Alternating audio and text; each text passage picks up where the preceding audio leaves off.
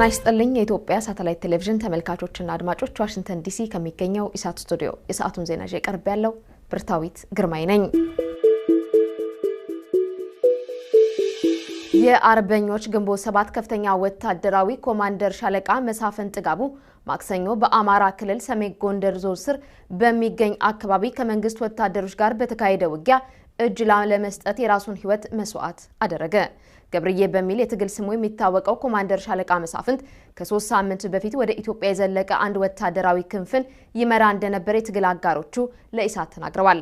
መሳይ መኮንን ተጨማሪ ያለው በአርማጮ አብደራፊ አካባቢ በታንኮች በታገዘው የዋስ ሰራዊት ጋር በተደረገው ከባድ ጦርነት ላይ ተሳተፈው ሻለቃ መሳፍንት ጥጋቡ በህይወት ሊይዙት ከፍተኛ ዘመቻ ላይ ከነበሩት የህዋት ሰዎች እጅ ከመውደቁ በፊት ራሱን ማጥፋቱን በውጊያ ላይ የነበሩ የትግል አጋሮቹ ከላኩት መረጃ ለማወቅ ተችሏል።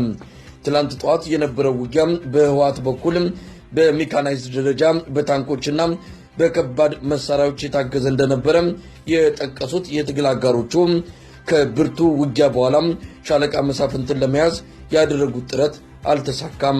ሻለቃ መሳፍንት ወይም ገብርዬ በአርበኞች ግንቦት 7 ውስጥ ከፍተኛ ወታደራዊ አቅም ካላቸው ኮማንደሮች አንዱ የነበረ በውጊያ ብቃቱ በጀግንነቱ በጠላትም ዘንድ በሚገባ የሚታወቅ መሆኑን ከትግል አጋሮቹ ለመረዳት ተችሏል።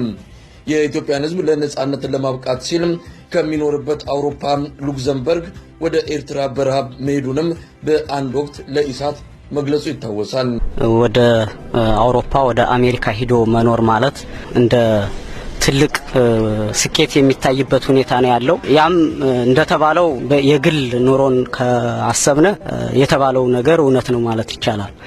በአጠቃላይ ግን ሀገርን ግምት ውስጥ አስገብተን ከሆነ የምናስበው ያ እንደገና በሐዘን በስቃይ በናፍቆት ከዚያም ባለፈ በጸጸትና በቁጭት የተሞላ ኑሮ ስለሆነ ይህንን ህይወት እኔ አልመረጥኩትም። አንደኛ፣ ሁለተኛ ደግሞ ይህንን አይነት ችግር ያመጣው ስርዓት እንዲመጣ ተሳታፊ ስለነበርኩ በዚህ ታሪክ ተጠያቂ መሆን የለብኝም የሚል እምነት ስላለኝ ወደዚህ መጥቼ ለመታገል ቆረጥኩ ማለት ነው። ሻለቃ መሳፍንት ጥጋቡ ገብርዬም ለህዋት ሰራዊት እጅ አልሰጥም በማለት በጀግንነት ራሱን በመግደል መስዋዕት ቢሆንም እየመራ የነበረው ወታደራዊ ቲም ወደ ታቀደው ስፍራ በመጓዝ ቦታ መያዙንም ለመረዳት ተችሏል። ካለፉት 3 ሳምንታት ወዲህ አርበኞች ግንቦት 7 ንቅናቄ በተለያዩ የሰሜንና ደቡብ ጎንደር አካባቢዎች ከህዋት ሰራዊት ጋር ውጊያ እያደረገ ቦታዎችን እያያዘ እንደሆነ ሲገለጽ መቆየቱ ሰሞኑንም ንቅናቄው በተመሳሳይ የተለያዩ ወታደራዊ ጥቃቶችን እያደረሰ እንደሆነ በመገለጽ ላይ ነው። አርበኞች ግንቦት 7 ንቅናቄ በተለያዩ ግንባሮች በመግባት ከህዝቡ ጋር ሆኖ ህዋት ከሚመራው መንግስት ጦር ጋር ፍልሚያ መቀጠሉን የሚደርሱን መረጃዎች ያመለክታሉ። ተመልካቾቻችንና አድማጮቻችን በዚህ በአማራ ክልል ሰሜን ጎንደር ዞን ስር በመንግስትና በአርበኞች ግንቦት 7 ኃይሎች በመካሄድ ላይ ያለውን ውጊያ በተመለከተ መረጃዎች እንደደረሱን ይዘን እንደምንቀርብ ከወዲሁ እንገልጻለን። በቅርቡ በኢትዮጵያና በኬንያ ድንበር አካባቢ የተካሄደ ግጭትን ተከትሎ የሁለቱ ሀገራት ተወካዮች በኬንያ ሞምባሳ ከተማ የጸጥታና ደህንነት ውይይት ማካሄድ ላይ መሆናቸው ተገለጸ። ኢትዮጵያ የኦሮሞ ነጻነት ግንባር ኦነግ ታጣቂዎችን ለመያዝ በሚል በተደጋጋሚ የኬንያ ድንበርን እየጣሰች መግባቷ በኢትዮጵያና በኬንያ መካከል ዲፕሎማሲያዊ አለመግባባት መፍጠሩን የሀገሪቱ መገናኛ ብዙሃን ዘግበዋል። ባለፈው ወር የኬንያ ድንበር ጥሰው የገቡ የኢትዮጵያ ወታደሮች 6 የኬንያ ፖሊሶችን አግተው የነበረ ሲሆን ሀገሪቱ ድርጊቱን በመቃወም ወታደሮቿ በድንበር አካባቢ አሰማርታ መቆየቷን ዴይሊ ኔሽን ጋዜጣ ዘግቧል።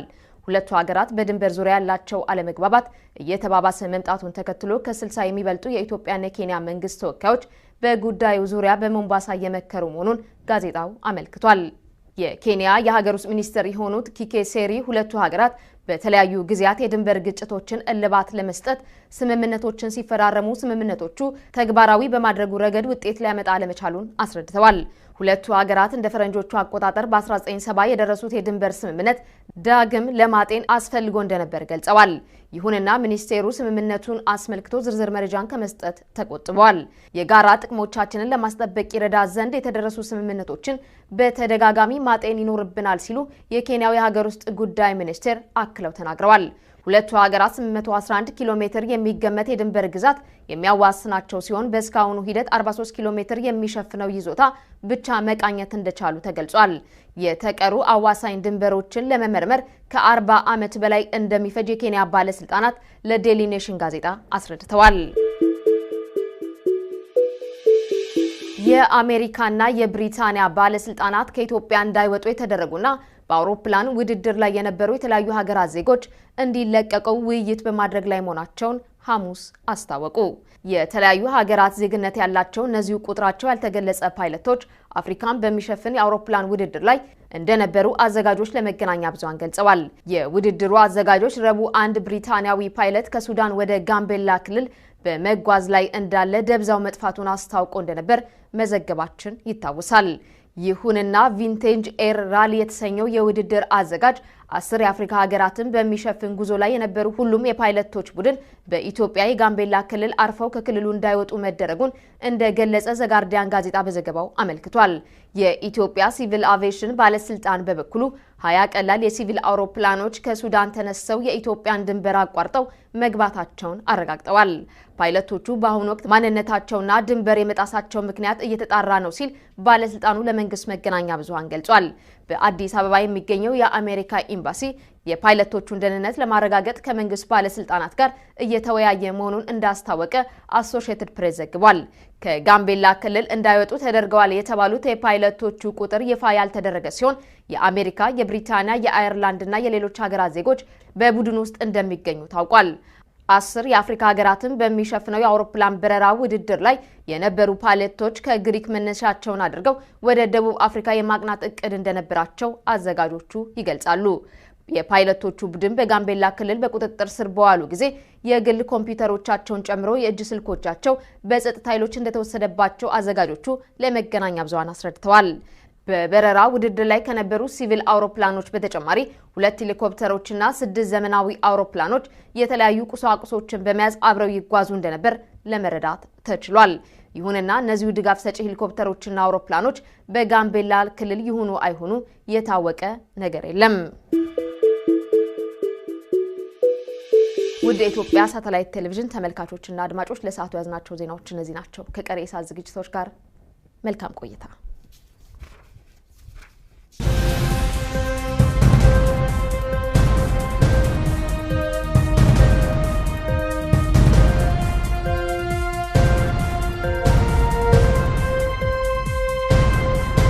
አስረድተዋል። ሁለቱ ሀገራት እንደ ፈረንጆቹ አቆጣጠር በ1970 የደረሱት የድንበር ስምምነት ዳግም ለማጤን አስፈልጎ እንደነበር ገልጸዋል። ይሁንና ሚኒስቴሩ ስምምነቱን አስመልክቶ ዝርዝር መረጃን ከመስጠት ተቆጥበዋል። የጋራ ጥቅሞቻችንን ለማስጠበቅ ይረዳ ዘንድ የተደረሱ ስምምነቶችን በተደጋጋሚ ማጤን ይኖርብናል ሲሉ የኬንያው የሀገር ውስጥ ጉዳይ ሚኒስቴር አክለው ተናግረዋል።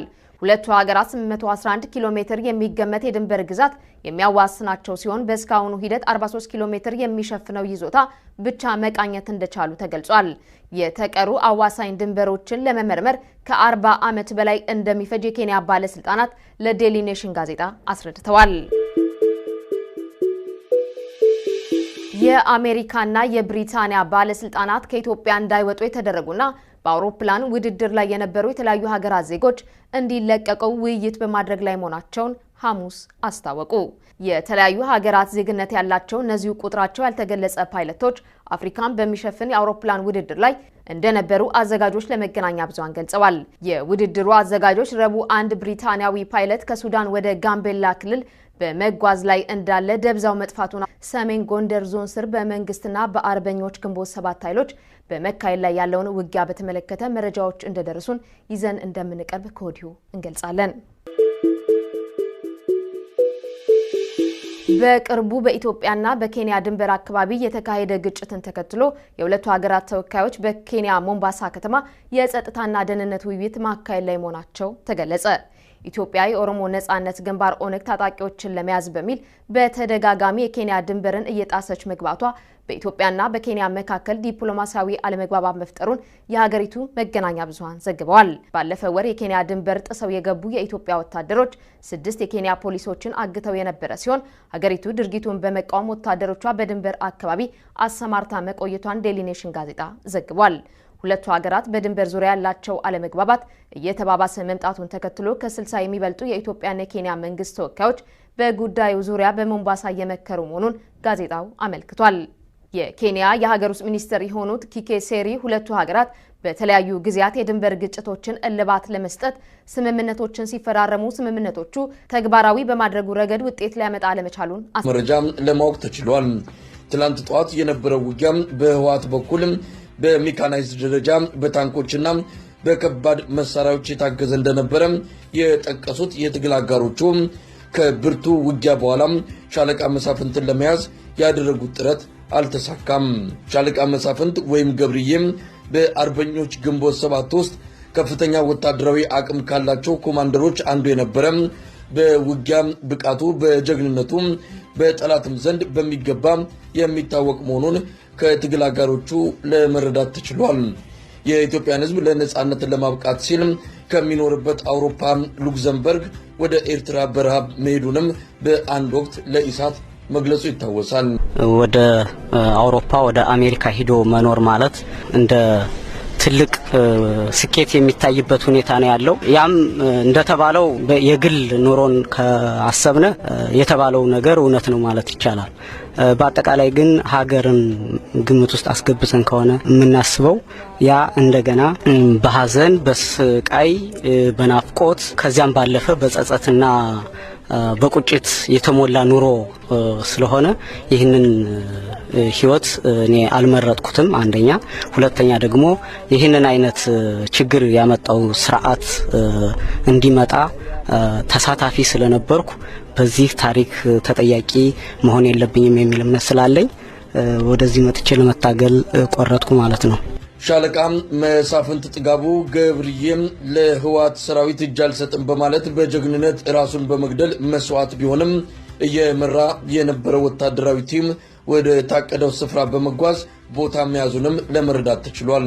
ካለፉት 3 ሳምንታት ወዲህ አርበኞች ግንቦት 7 ንቅናቄ በተለያዩ የሰሜንና ደቡብ ጎንደር አካባቢዎች ከህወሓት ሰራዊት ጋር ውጊያ እያደረገ ቦታዎችን እያያዘ እንደሆነ ሲገለጽ መቆየቱ ሰሞኑንም ንቅናቄው በተመሳሳይ የተለያዩ ወታደራዊ ጥቃቶችን እያደረሰ እንደሆነ በመገለጽ ላይ ነው።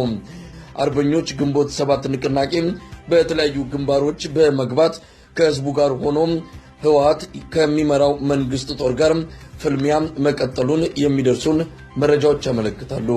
ተመልካቾቻችንና አድማጮቻችን በዚህ በአማራ ክልል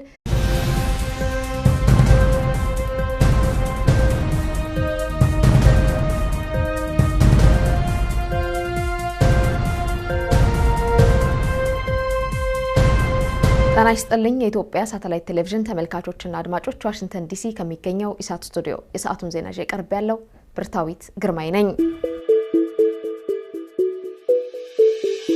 የአርበኞች ግንቦት 7 ከፍተኛ ወታደራዊ ኮማንደር ሻለቃ መሳፍንት ጥጋቡ ማክሰኞ በአማራ ክልል ሰሜን ጎንደር ዞን ስር በሚገኝ አካባቢ ከመንግስት ወታደሮች ጋር በተካሄደ ውጊያ እጅ ለመስጠት የራሱን ህይወት መስዋዕት አደረገ። ገብርዬ በሚል የትግል ስሙ የሚታወቀው ኮማንደር ሻለቃ መሳፍንት ከ3 ሳምንት በፊት ወደ ኢትዮጵያ የዘለቀ አንድ ወታደራዊ ክንፍን ይመራ እንደነበር የትግል አጋሮቹ ለኢሳት ተናግረዋል። መሳይ መኮንን ተጨማሪ አለው። በአርማጮ አብደራፊ አካባቢ በታንኮች በታገዘው የህወሓት ሰራዊት ጋር በተደረገው ከባድ ጦርነት ላይ ተሳተፈው ሻለቃ መሳፍንት ጥጋቡ በህይወት ሊይዙት ከፍተኛ ዘመቻ ላይ ከነበሩት የህወሓት ሰዎች እጅ ከመውደቁ በፊት ራሱን ማጥፋቱን በውጊያ ላይ የነበሩ የትግል አጋሮቹ ከላኩት